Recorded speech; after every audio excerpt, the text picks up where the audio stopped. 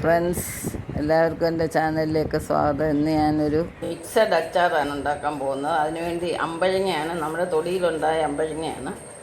അത് കുറേ എടുത്ത് പീസാക്കി വെച്ചിട്ടുണ്ട്. ഇനി ഇതൊരു മാങ്ങയുടെ 2 പൂളാണ്. ഇത് ചാമ്പയ്ക്ക്, ആപ്പിൾ ചാമ്പയെന്ന് പറയും. ഇത് 3-4 ചാമ്പ കിട്ടിയിട്ടുണ്ട്. ഇതാണ് ആ ചാമ്പയ്ക്ക്. നല്ല വലിപ്പമൊക്കെ ഉണ്ട്, സ്പോഞ്ചായിട്ടിരിക്കുകയാണ്. ചെറിയ പുളിയുണ്ട്. നമുക്കിത് അച്ചാറുണ്ടാക്കാമെന്ന് കാണിച്ചു തരുവാണ്. ഇനി നമുക്ക് ഇതിന് വേണ്ടുന്ന ചേരുവ എന്താണെന്ന് പരിചയപ്പെടാം.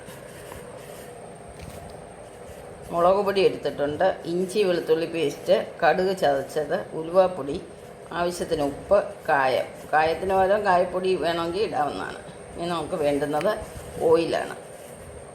ഞാൻ നല്ലെണ്ണയാണ് ഉപയോഗിക്കുന്നത്. ഇനി ഇത് നമുക്ക് പച്ചമണം മാറുന്നിടം വരെ വഴറ്റിയെടുക്കാം.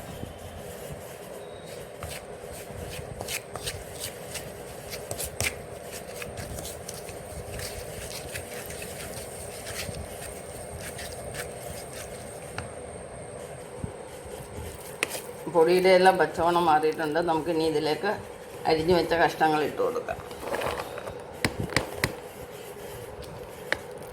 നന്നായിട്ട് ഇളക്കി യോജിപ്പിക്കും. പിന്നെ നമ്മുടെ അച്ചാർ റെഡി ആയിട്ടുണ്ട്.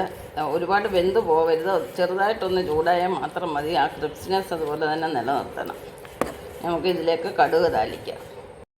എല്ലാവർക്കും ഈ വീഡിയോ ഇഷ്ടപ്പെട്ടെന്ന് വിചാരിക്കുന്നു. നമ്മൾ എത്ര വിഭവങ്ങൾ കൂട്ടി ഉണ്ടാലും ഒരു അച്ചാർ കൂടി ഉണ്ടെങ്കിൽ അതിൻ്റെ ഒരു ടേസ്റ്റ് പ്രത്യേകം പറഞ്ഞറിയിക്കേണ്ടതല്ല.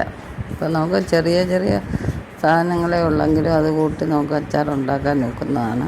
അപ്പോൾ ആദ്യമായിട്ട് കാണുന്നവരുണ്ടെങ്കിലും ഇതുവരെ സബ്സ്ക്രൈബ് ചെയ്യാതെ കാണുന്നവരുണ്ടെങ്കിലും സബ്സ്ക്രൈബ് ചെയ്യുക.